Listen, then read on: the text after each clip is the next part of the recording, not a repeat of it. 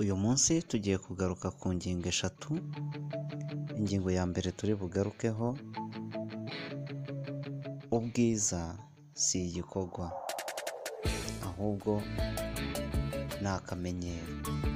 Ingingo ya kabiri turi buvuge, gusa ushobora guhindura ubuzima ariko nta muntu n'umwe ushobora kubigukorera. Ingingo ya gatatu turi buganireho, niba udashobora kwibaza nta n'icyo ushobora kubona. Ndagusaba gukora subscribe kuri iyi channel, yitwa D Emmanuel. Ni umusanzu ukomeye uraba umpaye, uraba winjiye mu bandi bakoze subscribe ndetse babona video buri ko nzisizeho. Wibuka no gukora kuri notification.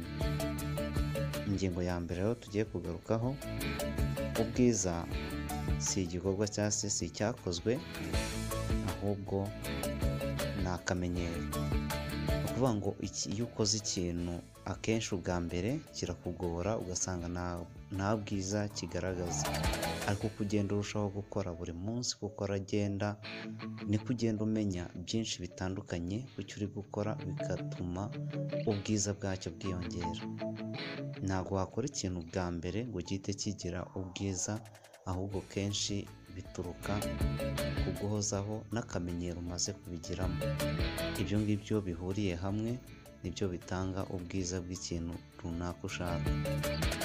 Muri ako kamenyero niko ubwiza bugenda nyine bwiyongera, bigatuma ukora ikintu gifite quality nziza. Ingingo ya kabiri tugiye kugarukaho, gusa ushobora guhindura ubuzima ariko nta muntu n'umwe ushobora kubigukorera. Mu by'ukuri nta muntu n'umwe ufite uruhare mu kuguhindurira ubuzima, ni wowe ubwawe. Imbaduko igomba guhera muri wowe kugira ngo ubashe guhindura ubuzima uko ubishaka. Nta muntu n'umwe ufite uruhare mu kuguhindura ubuzima. Yego ashobora kugufasha kuba bwahinduka, ariko bigomba guhera muri wowe indani. Burya iyo ufashe umuntu, uwo ubwe aba yabanjije kwifasha, hanyuma ugaheraho nawe umufasha.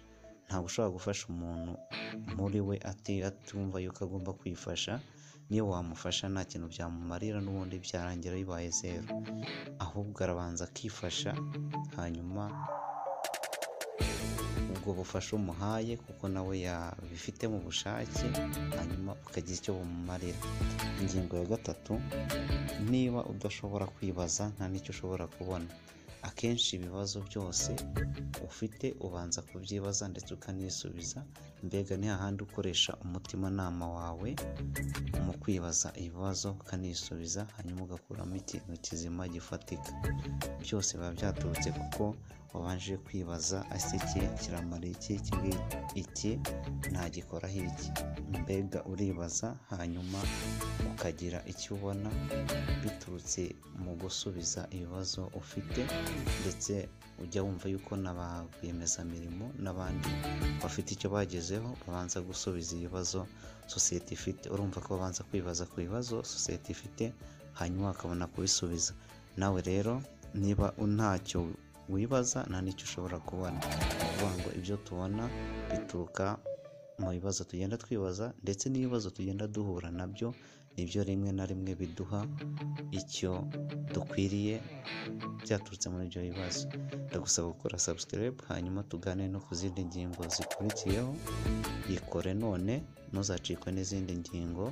Navuga ko ari nk'igice cya kabiri tuzagarukaho cy'ingingo nyine tuzagenda tuganiraho zigiye zitandukanye nk'izi ngizi. Niba hari icyo igufashije, kora subscribe, duhure n'ubutaha. Murakoze, mugire amahoro y'Imana, kandi ihanganisha umuntu utameze neza.